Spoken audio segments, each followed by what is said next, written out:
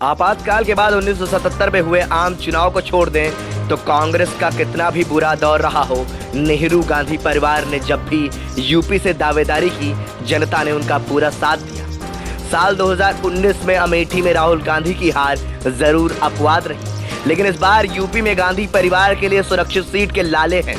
पिछले 2 दशक में जिस अमेठी रायबरेली सीट पर चुनाव की घोषणा से पहले ही गांधी परिवार की उम्मीदवारी तय रहती थी, इस बार वहां भी चेहरा तय नहीं हो पा रहा है। वहीं भाजपा में वरुण गांधी का भी भविष्य इस बार अधर में अटक गया है।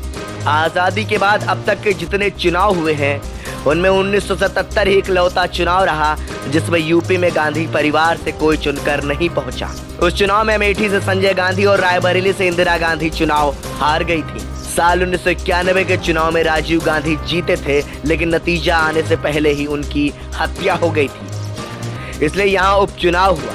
वहीं इंदिरा गांधी से झगड़े के बाद अलग हुई मेनका गांधी भी 1991 के चुनाव में पीलीभीत से हार गई थी, इसलिए 10वीं लोकसभा में गांधी परिवार का कोई प्रतिनिधित्व नहीं रहा।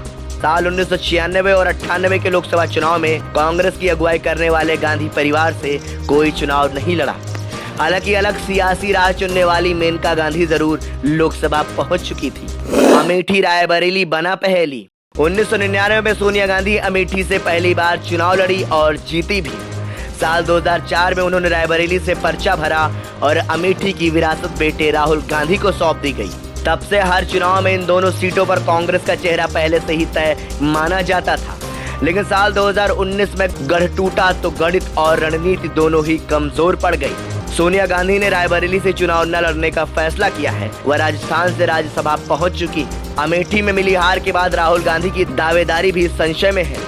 तीसरी बार सत्ता में आने का ऐलान कर रही भाजपा को रोकने का दावा करने वाली कांग्रेस अपनी सबसे सुरक्षित सीट के लिए चेहरा तलाश नहीं पा रही है। इस सीट पर प्रियंका गांधी तो कभी राहुल गांधी की दावेदारी को लेकर कयास लग रहे हैं, तो कभी परिवार से बाहर चेहरा लाने की चर्चा चल रही है। यूपी में गांधी परिवार का सियासी सफर। जवाहरलाल नेहरू 1951-52 में इलाहाबाद डिस्ट्रिक्ट, उसके बाद जौनपुर डिस्ट्रिक्ट से और 1957 और 1962 में फूलपुर से सांसद बने। फिरोज गांधी इंदिरा गांधी के पति थे। साल 1952 में रायबरेली, प्रतापगढ़ और 1957 में रायबरेली से सांसद चुने गए।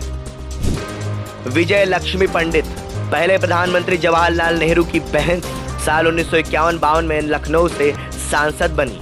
नेहरू की मृत्यु के बाद साल 1964 में फूलपुर उपचुनाव जीता और साल 1967 में भी यहीं से सांसद बनी। इंदिरा गांधी पूर्व सीएम 1967, 71 और 80 में रायबरेली से सांसद रही, जबकि 1977 में यहां से जयनारायण से हार का सामना करना पड़ा।